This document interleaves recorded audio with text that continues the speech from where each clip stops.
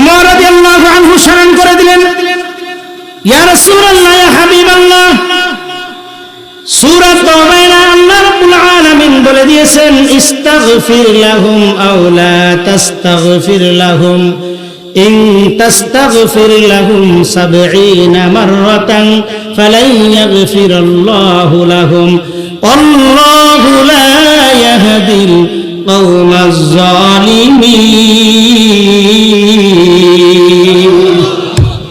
ইয়া রাসূলুল্লাহ, ইয়া হাবিবাল্লাহ, আপনি যার জানাজা পড়াইতে যাইতেছেন এত বড় মুনাফিক, আল্লাহ রাব্বুল আলামিন বলে দিয়েছেন, ইস্তাগফির লাহুম আও লা তাস্তাগফির লাহুম, এই মুনাফিকের জন্য যদি আপনি তওবা করেন, ওয়া ইল্লাম তাস্তাগফির লাহুম 70 মাররা, একবার নয়, দুইবার নয়, রব্বুল আলামিন বলে দিয়েছেন 70 বার যদি আপনি তার জন্য মাফ চান, তার জন্য ক্ষমা চান, আল্লাহ তাআলা আপনার ওই আকুতি মিনতি মুনাফিকের জন্য কবুল করবে না।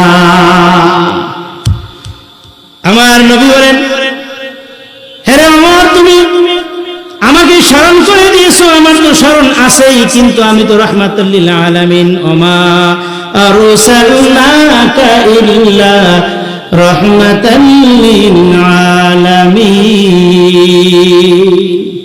হে ওমর, আমি তো আমার উম্মতের জন্য রাহমাতুল লিল আলামিন। আল্লাহ বলছে 70 বার দোয়া করলে কবুল হবে না, আমি তো রাহমাতুল লিল আলামিন, আমি 70 বারে বেশি দোয়া করি। সুবহানাল্লাহ বলেন। কেমন নবীর উম্মত চিন্তা করছেন? আমি 70 বারে বেশি দোয়া করি। ওমর রাদিয়াল্লাহু আনহু চুপ হয়ে গেলেন। হায় হায় আমার ভাইরা, ওমর রাদিয়াল্লাহু আনহু মনে মনে বলতেছেন, যদি আরেকটা কোরআনের আয়াত নাজিল করে আল্লাহ তাআলা বন্ধ করে দিতেন কতই না ভালো হতো। আল্লাহু আকবার বলেন। ওমর রাদিয়াল্লাহু আনহুর জন্য রব্বুল আলামিন কোরআনুল কারীমের এক জায়গায় না, দুই জায়গায় নয়, 21 জায়গায় ওমরের মর্জি মেজাজ অনুযায়ী কোরআনের আয়াত নাজিল করে দিয়েছে।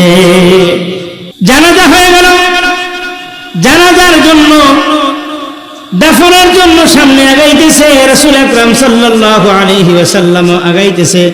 ওমর রাদিয়াল্লাহু আনহু বলেন, আল্লাহ পাক রব্বুল আলামিন যদি এখনো একটা কোরআনের আয়াত নাজিল করে দিত, যেন রাসূল সাল্লাল্লাহু আলাইহি ওয়াসাল্লাম মুনাফিকের জন্য হাত উঁচা করে দোয়া না করে। আমার ভাইরা, দাফন হয়ে গেল, রাসূল সাল্লাল্লাহু আলাইহি ওয়াসাল্লাম হাত উত্তোলন করবে।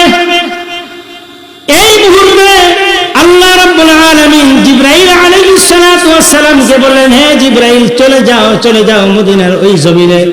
আমার ওমর চাইতেছে মুনাফিকের জন্য যেন দোয়া না করে, ওমরের সম্মান নষ্ট হয়ে যাবে, তার ভাবমূর্তি নষ্ট হয়ে যাবে।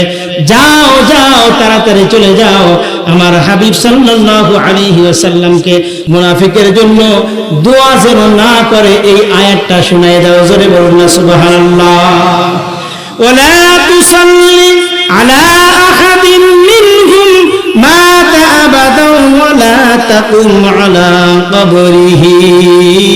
আল্লাহ রাব্বুল আলামিন বলেন, ইয়া রাসূলুল্লাহ, ইয়া হাবিবাল্লাহ, মুনাফিকের জানাজা পড়াই হয়েছে তো ঠিক আছে, সামনে থেকে মুনাফিকের জানাজা আর আপনি পড়াইবেন না।